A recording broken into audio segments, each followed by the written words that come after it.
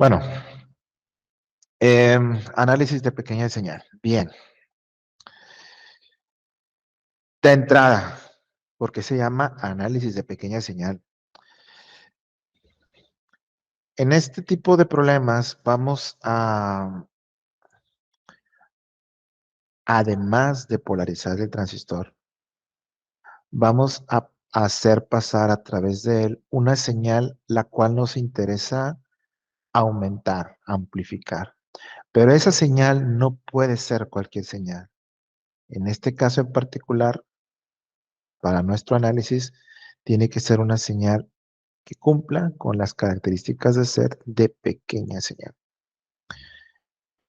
Eh, y por pequeña señal nos referimos a lo siguiente. De hecho, en las hojas de especificaciones o en los libros en inglés, literal, se le llama small signal.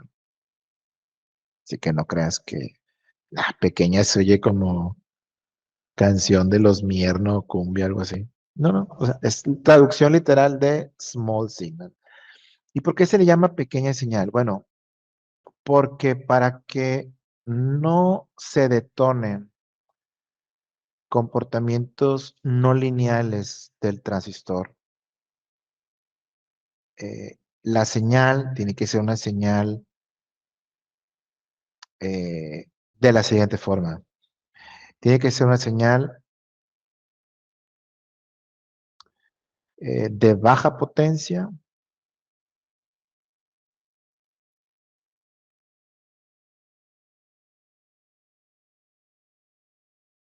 característica número uno. Número dos, variante en el tiempo,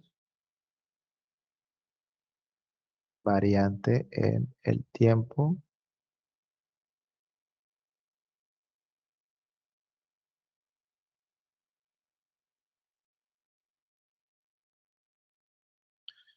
Y en un determinado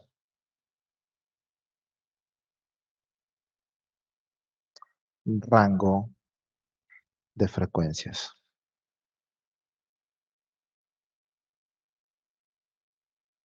Entonces, tiene que cumplir con esas características. Entonces estamos hablando, por ejemplo, de que la señal que vamos a colocar, que vamos a agregar a nuestro transistor,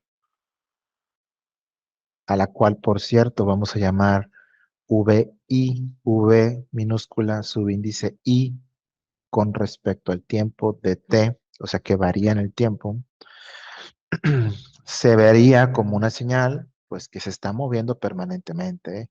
No estamos hablando de una señal sinusoidal, no es una señal seno, coseno, no, es una señal cualquiera, simplemente que varía en el tiempo. Tiene que variar en el tiempo, no puede ser de directa, ¿ok? No puede ser de directa, porque si fuera de directa, nuestros capacitores de acoplo no la van a dejar pasar. Tiene que ser una señal que se esté moviendo para que los capacitores le den paso. No puede ser de alta potencia porque si lo fuera, los circuitos que tenemos, que vamos a ver, no funcionarían. Habría que utilizar algún tipo de circuito distinto, con transformadores, con otro tipo de combinación de elementos, que sí se ven, pero no en esta clase. Se ven en electrónica 2 o electrónica de potencia para los ITES, para los IMES, no. Esto es todo lo que van a ver. ¿Ok? O sea, cambia completamente el circuito. Y tiene que ser variante en el tiempo para que los capacitores lo dejen pasar. Y tiene que estar en un rango de frecuencias para que, tiene que ser un rango de frecuencias que no sea demasiado alto, porque si es demasiado alta la frecuencia, vamos a permitir que aparezcan las capacitancias parásitas.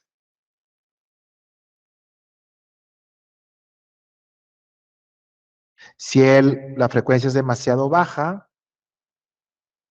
va a empezar a aparecer la reactancia capacitiva de los capacitores de acoplo.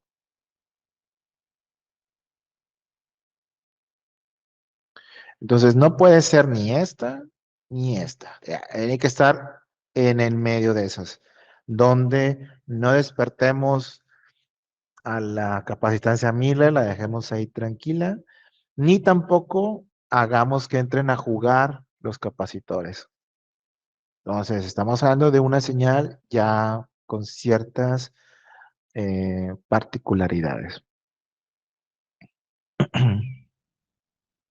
Esta señal entonces es la que puede eh, pasar a través del transistor y aumentar su tamaño, aumentar su potencia, aumentar su salida.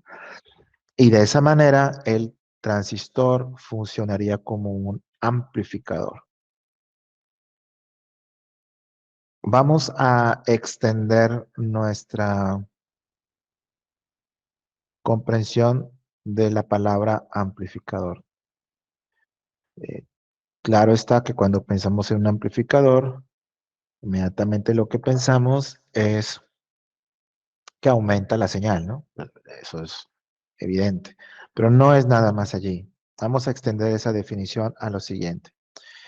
Es una etapa, vamos a ponerlo aquí, es una etapa diseñada para una señal específica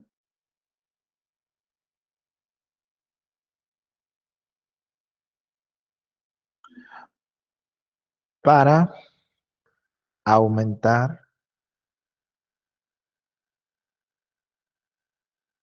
la amplitud de la señal,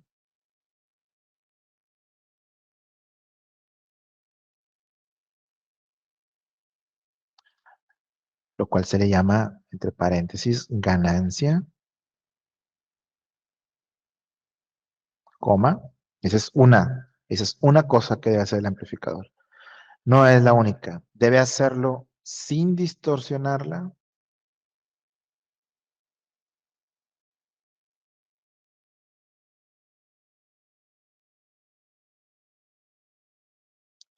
y con el mejor desempeño en frecuencia, con el mejor desempeño en frecuencia.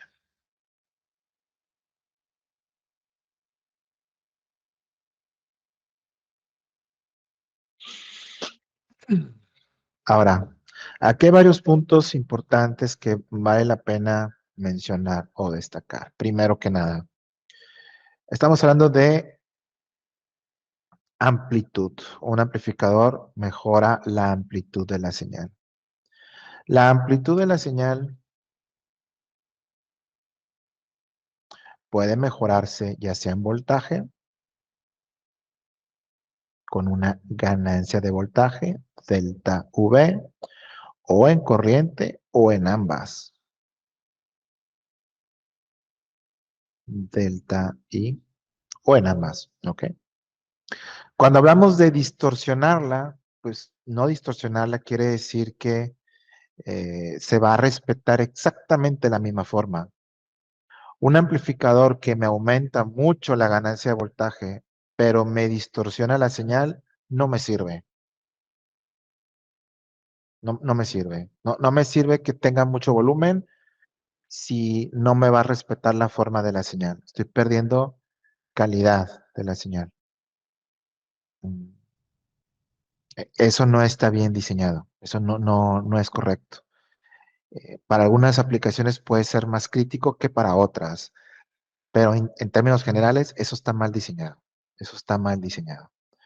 El diseño debe ser capaz de no distorsionarla. Entonces, no distorsionarla nos referimos a no modificar su forma.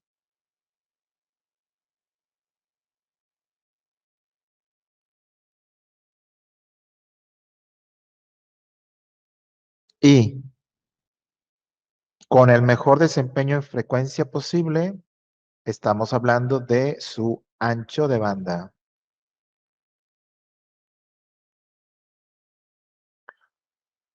¿Desde qué frecuencia mínima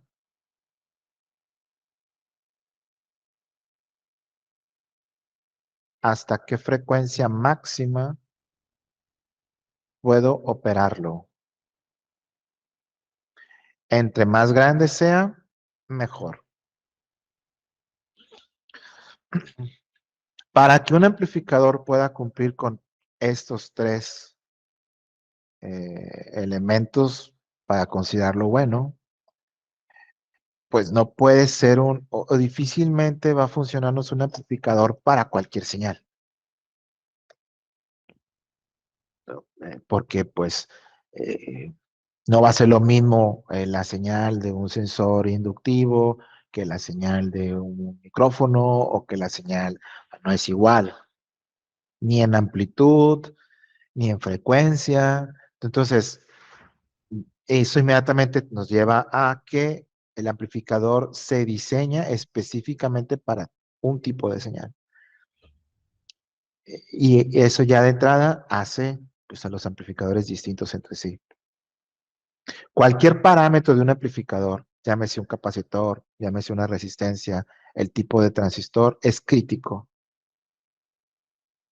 Si alguno de esos elementos se daña y yo tengo que reemplazar alguno, tiene que ser exactamente el mismo. De otro modo, voy a afectar el desempeño del circuito. Ahora bien, ¿cómo es que mi circuito, donde solamente tenía polarización, se convierte en esto, ¿no? O sea, ¿en qué momento pasamos de nada más calcular I, B y C a esto? ¿O cómo es que se puede comportar como esto? Bueno, vamos a contextualizarlo un poco en lo que ya sabemos. ¿Qué es lo que sabemos hasta ahorita? Bien, hemos estado hablando de un circuito de polarización, ¿no? Es lo que nos hemos estado dedicando estas últimas sesiones. ¿De qué se trata el circuito de polarización? Bueno, el circuito de polarización obtiene la energía de, o se alimenta de BCC, ¿no? Se alimenta de BCC, de ahí saca su energía. Y eso eh, esto es para configurar o setear, como lo quieras tú el término usar, para configurar un punto de operación,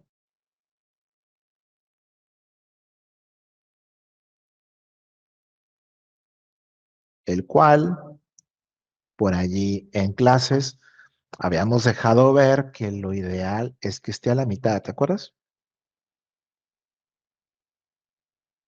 Entonces, cuando nosotros hacíamos el circuito de operación, pues lo que estábamos haciendo es en la línea de carga,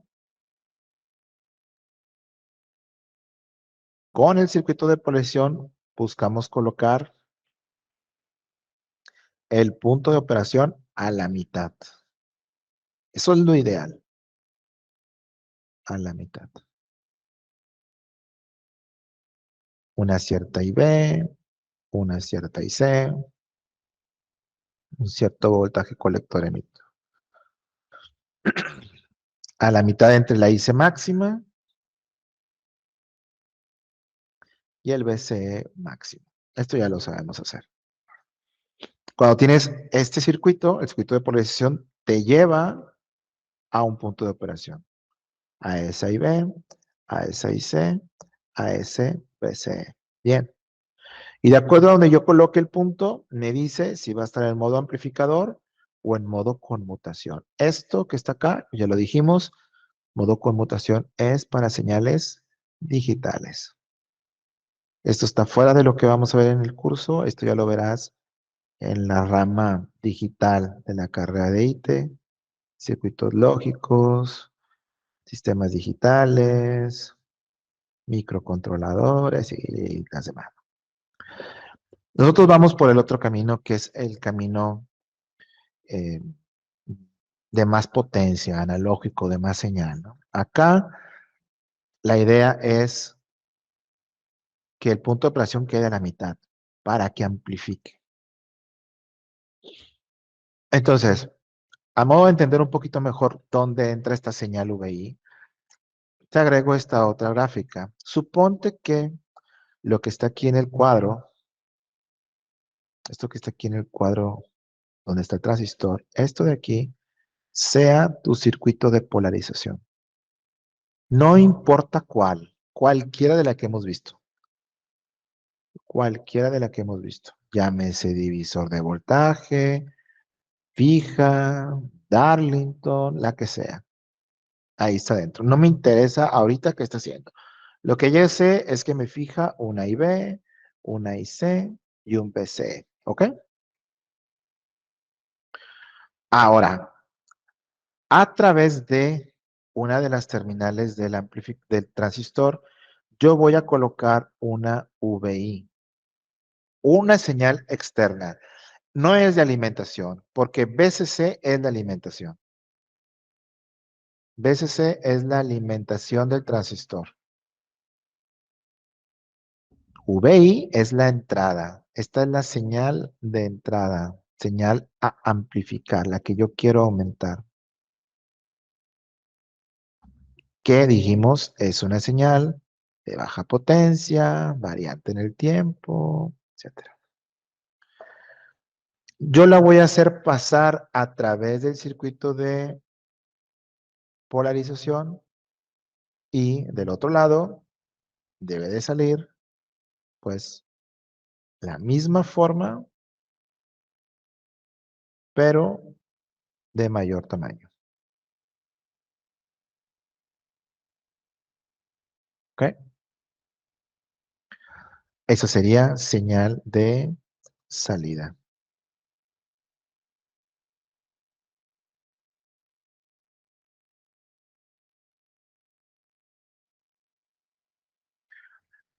Una primera pregunta que nos puede venir a la mente aquí es, ok, yo estoy colocando una señal pequeñita, digamos, de 200 milivolts, 100 milivolts, valores típicos de un micrófono, por ejemplo.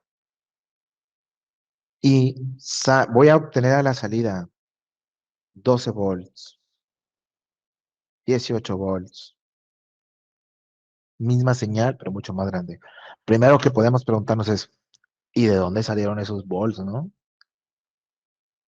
sea, pues, entraron 200, salen 12, ¿y eso de dónde? Pues de la BCC, muchachos, de aquí. De ahí se toma el voltaje, de ahí se toma la señal para que el transistor genere una señal idéntica a la entrada, pero de mayor tamaño. ¿Lo ves? Entonces, la señal de salida tiene un valor límite, tiene un valor máximo al que puede amplificar sin distorsionar. Y ese valor máximo está relacionada con la fuente. Está relacionada con la fuente. Hasta ahí va más o menos la idea. Todavía no entramos al detalle, pero quisiera que tengamos el concepto de qué estamos haciendo. ¿Dónde está el circuito de polarización con respecto a lo que es un amplificador?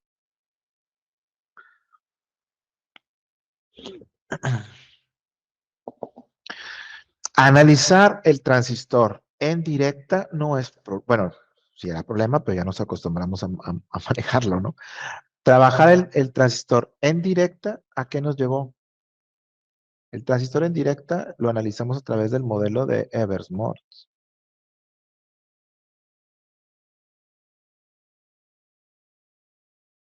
Tal vez no te hayas dado cuenta, pero fue lo que estuvimos haciendo con todas las mallas.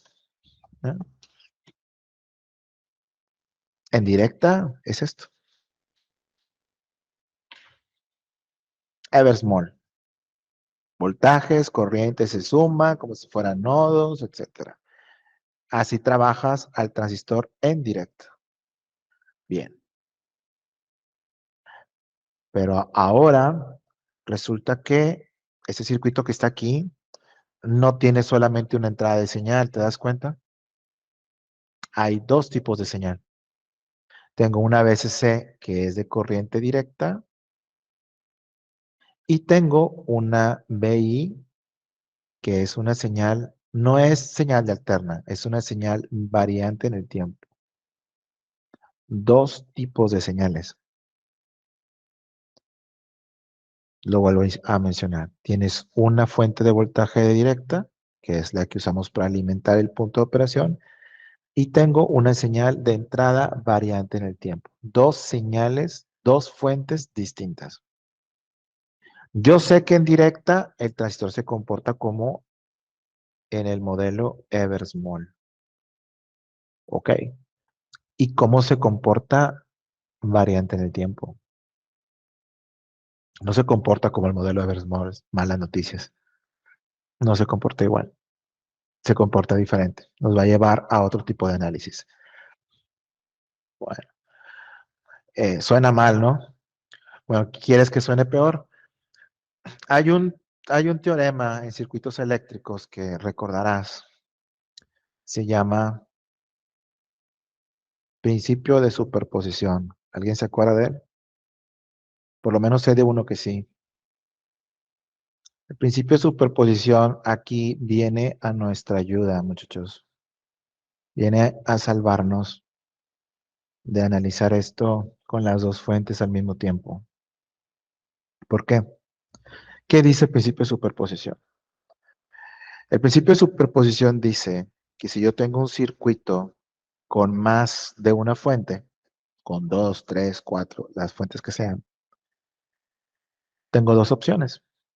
O lo puedo analizar braviado con todas las fuentes conectadas sobre la idea, ¿no? Es una opción. La otra opción es reconocer con humildad que podemos ir por caminos más sencillos y analizar fuente por fuente. Analizo para una fuente, luego analizo para la otra, luego para la otra. Y al final sumas el resultado de cada fuente por separado. ¿Ves? Aquí nos conviene mucho ir por el camino fácil de superposición. ¿Por qué? Porque puedo analizarlo primero para la fuente de alimentación, lo cual me va a llevar a un análisis de circuito de polarización que ya dominamos fácilmente. Y una vez que lo tengas, puedes hacer el análisis para la señal variante en el tiempo. Principio de superposición. La salida va a ser la suma de ambas.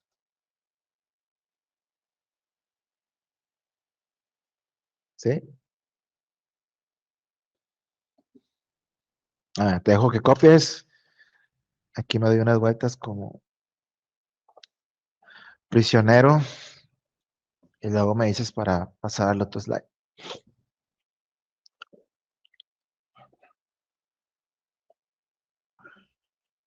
Cualquier pregunta, por favor.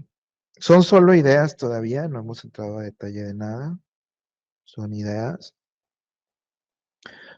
Pero me interesa mucho que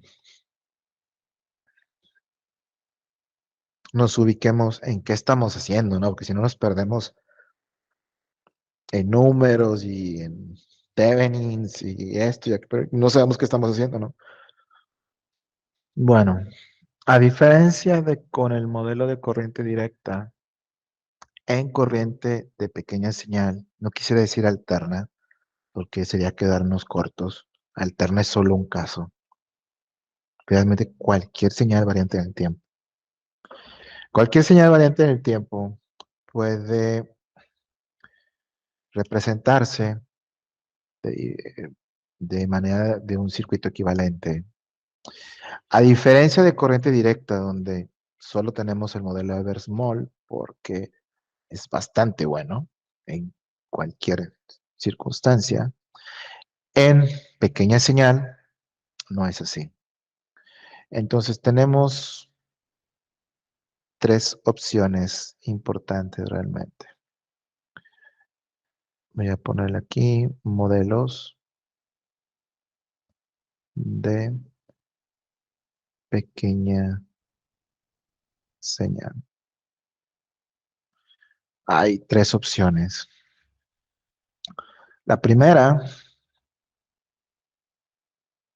de hecho, la que me enseñaron a mí cuando estudié en la escuela, es el modelo híbrido equivalente.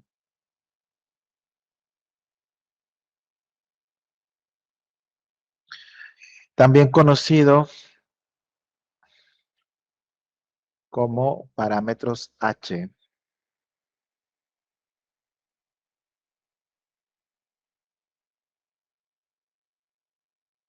parámetros H. Y el modelo híbrido equivalente, así en forma austera, consiste en representar al transistor con 4 parámetros.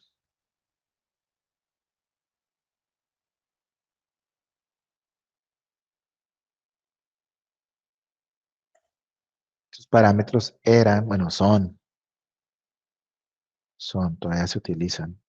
H I E, H F E, H O E,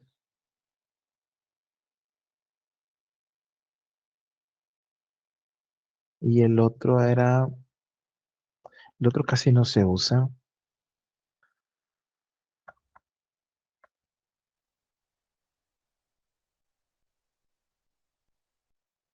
Creo que era H Y. A ver, no te mentiras.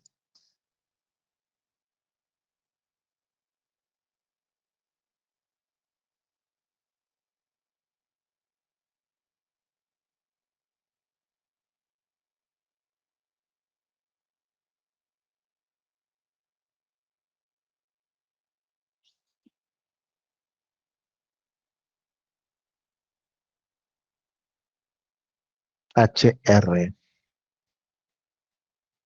HR,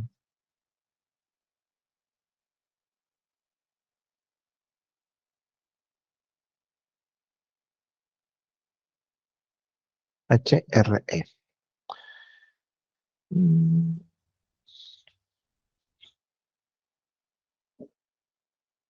HR.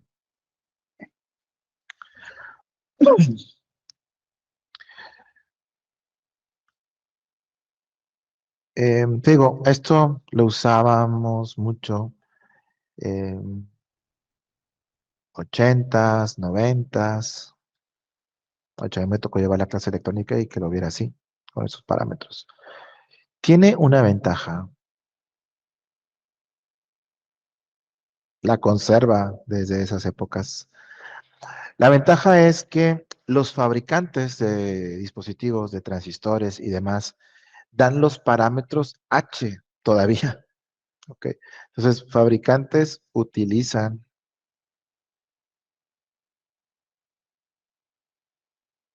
los datos en parámetros H.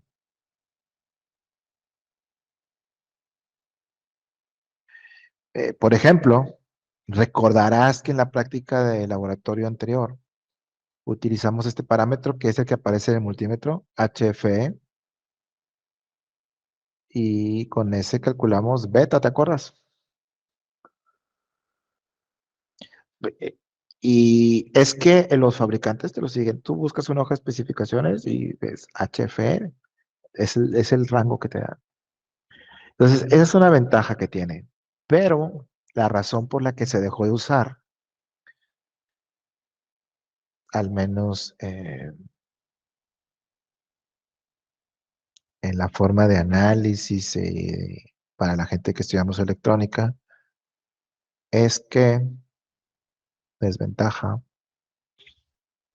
estos parámetros estaban dados, voy a escribirlo aquí, parámetros dados para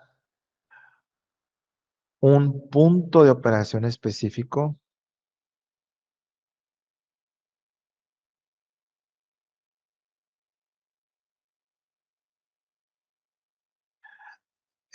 dado por el fabricante.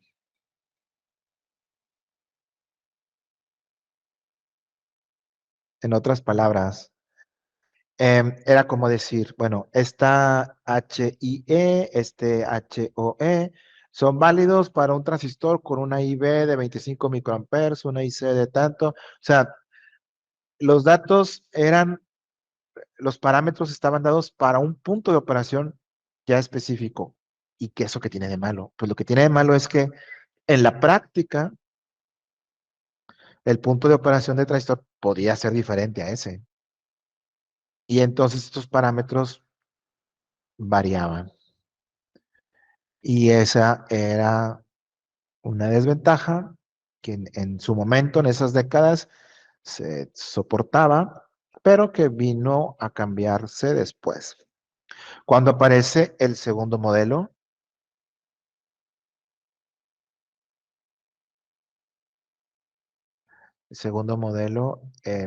se le llama modelo R,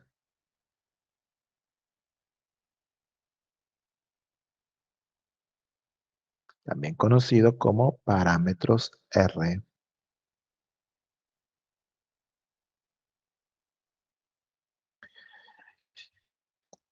Los parámetros R también utilizan cuatro parámetros, igual que el anterior. Estos van a ser R I E, R O E, etcétera. Pero aquí lo relevante es que su ventaja contra el anterior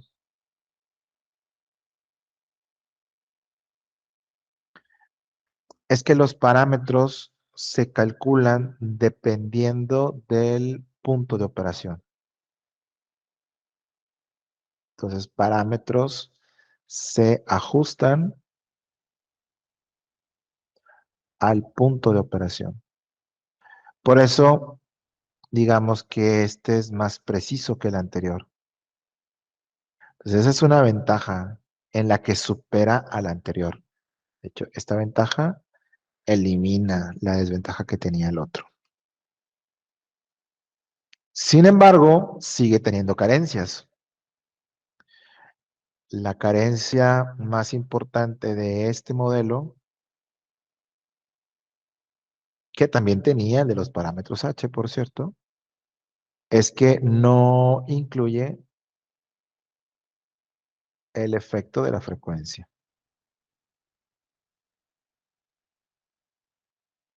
Es decir, en el análisis con este modelo, pues no puedes ver esas frecuencias mínimas y máximas. No aparecen. Tienes que hacer otro análisis aparte, etcétera. Ok, pero esta es la segunda opción. Esta opción apareció eh, a mediados de los noventas, etcétera. Y poco a poco en las universidades pues fue desplazando al anterior. Y recientemente, a partir de los años finales del año 2000, 2010, por allí, aparece un tercer modelo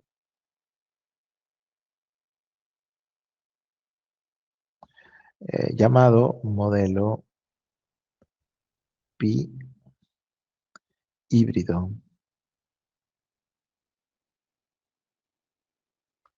El modelo pi híbrido, voy a ir directo a las ventajas,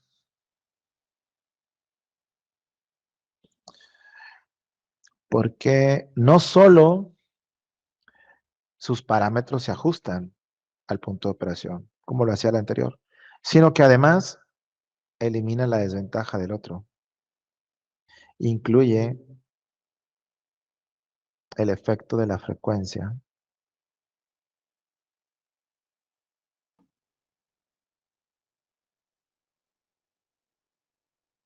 y muy importante, y de las retroalimentaciones.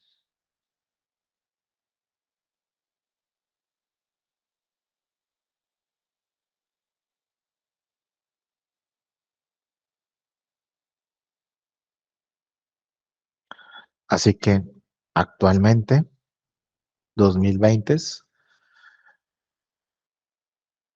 esto es lo más actual en el análisis de transistores, ¿no? Ese es el estado actual.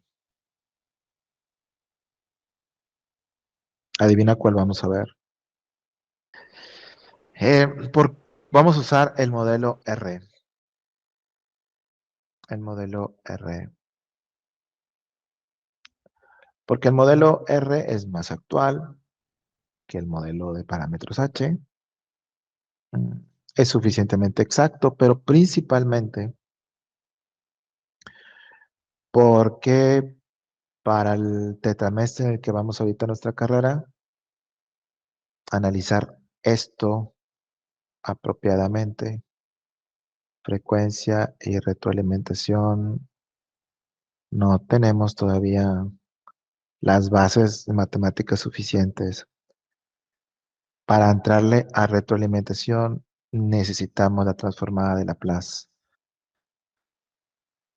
Eh, la transformada de Laplace es una integral que te cambia a una variable compleja S, una integral de una señal en el tiempo. Y para entrarle a la frecuencia, necesitamos la transformada de Fourier, que es una integral similar a la de Laplace, pero que solamente trabaja en frecuencia. Las necesitamos y no las tenemos. No tenemos esa barajita.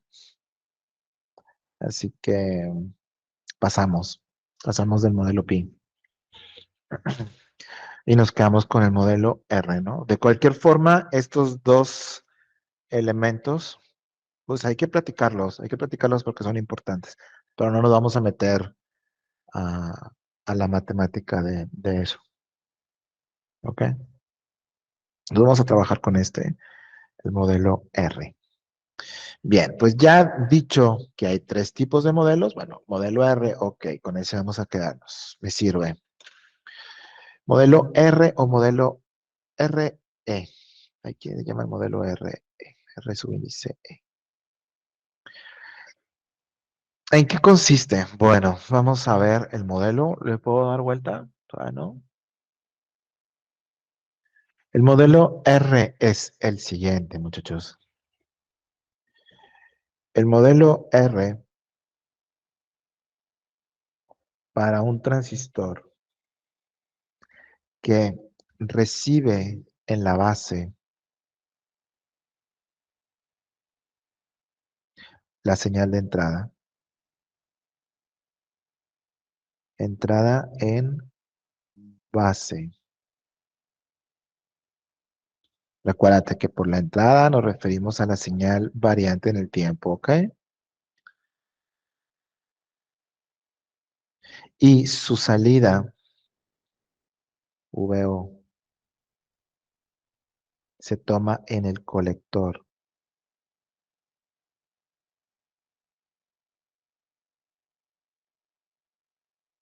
Entrada en base, salida en colector. Y el emisor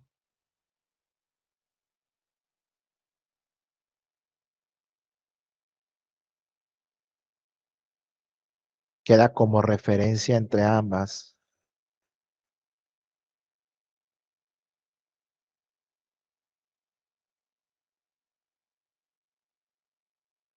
Un transistor conectado así, con su entrada de señal variante en el tiempo, de pequeña señal en base, y su salida en colector, y su emisor de referencia, se puede cambiar por un circuito equivalente.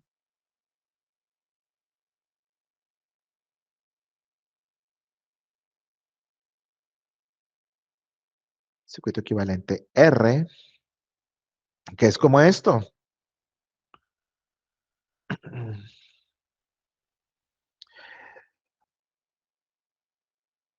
Entre base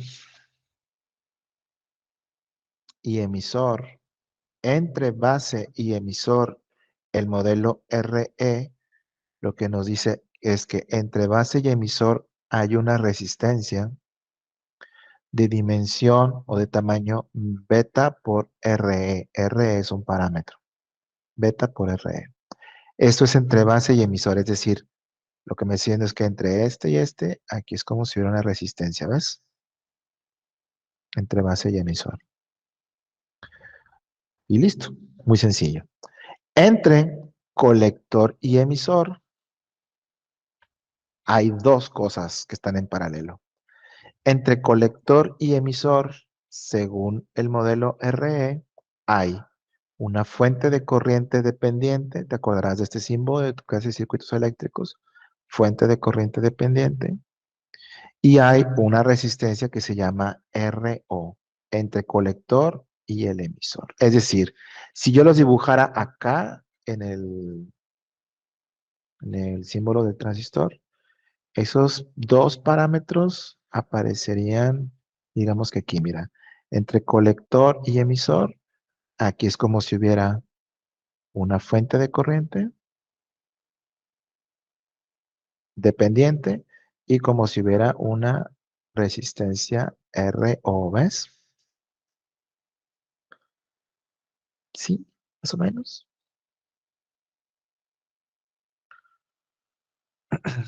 Ambos circuitos aparecen desconectados. Fíjate que el modelo RE me dice que esta conexión de base y emisor está desconectada de colector emisor, como si fuera un transformador, ¿te fijas? Como si la entrada fuera un circuitito y la salida fueran otros separados. Lo que me relaciona al circuito de entrada con el circuito de salida es la fuente, particularmente la beta y la corriente IB, porque fíjate que el tamaño de esta fuente es beta por IB. ¿Y la IB dónde aparece? Acá. La IB es la variable que relaciona entrada con salida. La IB es la clave aquí.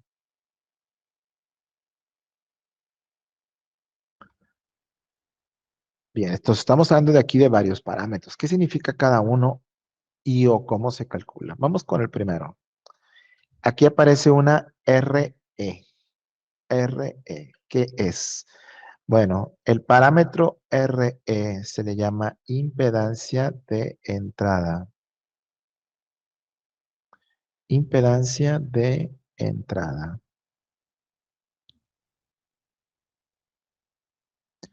del transistor, ¿ok?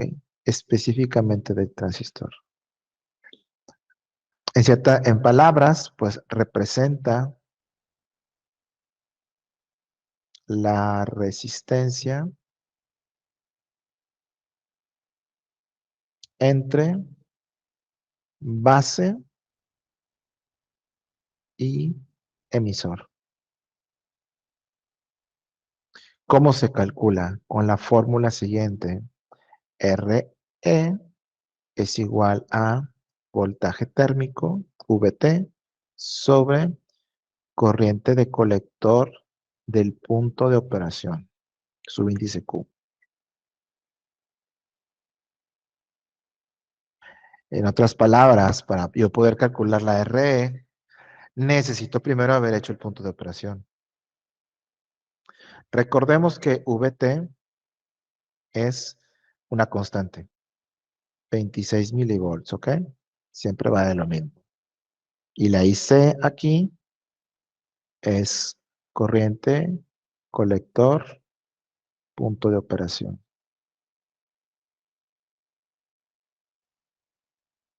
Siguiente elemento importante aquí del modelo es la fuente dependiente.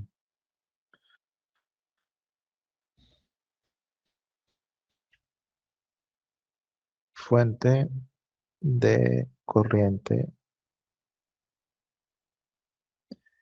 dependiente, beta y B. Paréntesis, tal vez no lo recuerdes, pero existen dos fuentes de corriente. Hay una fuente de corriente dada por un círculo así. Esta es una fuente de corriente independiente. ¿Por qué es independiente? Porque si, por ejemplo, esta fuente de corriente vale 2 amperes, te va a dar 2 amperes, sea lo que sea que le conectes. Los 2 amperes son independientes de lo que tú le pongas. ¿Ok? Una fuente de corriente dependiente se representa igual con una flechita que te indica la dirección de la corriente, pero en lugar de un círculo es un rombo. ¿Y cuál es la diferencia entre esa y la otra? Pues que esta no te da un valor fijo de corriente. El valor de corriente que te da depende de alguna otra parte del circuito. Es como si fuera un potenciómetro, ¿me explico? Que tú le cambias el valor de la resistencia. Pero en lugar de ser mecánica, esta fuente de corriente cambia su valor dependiendo lo que pase con alguna otra variable del circuito. Por ejemplo, esta pudiera ser 2 veces la corriente 3, ¿no? Por ejemplo. Entonces, lo que me va a entregar depende de lo que valga la I3, por ejemplo. Esa es la diferencia. La fuente independiente siempre da lo mismo, la fuente dependiente no. Y esta es una fuente dependiente porque la corriente que me va a entregar depende del valor de la IB. ¿Cuánta corriente me da esa fuente? ¿Quién sabe cuánto vale IB? Necesito saber el valor de la IB. Entonces, este parámetro que está en el modelo RE representa, representa la ganancia de corriente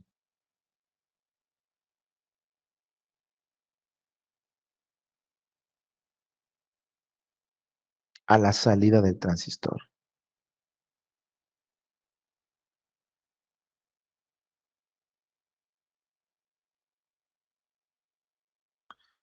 Muy bien, entonces ahí tenemos ya dos parámetros.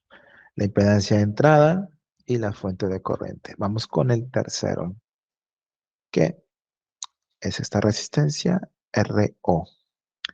R subíndice O se le llama impedancia de salida del transistor. Impedancia de salida del transistor.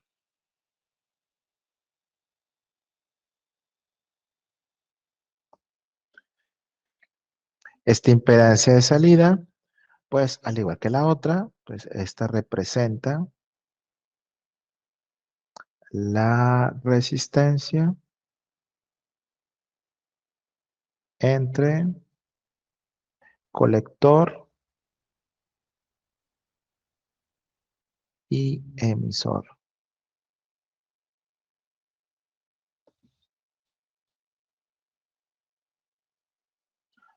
Esta no hay que calcularla. Esta no necesitamos usar fórmulas para calcularla. Esta es un dato del fabricante.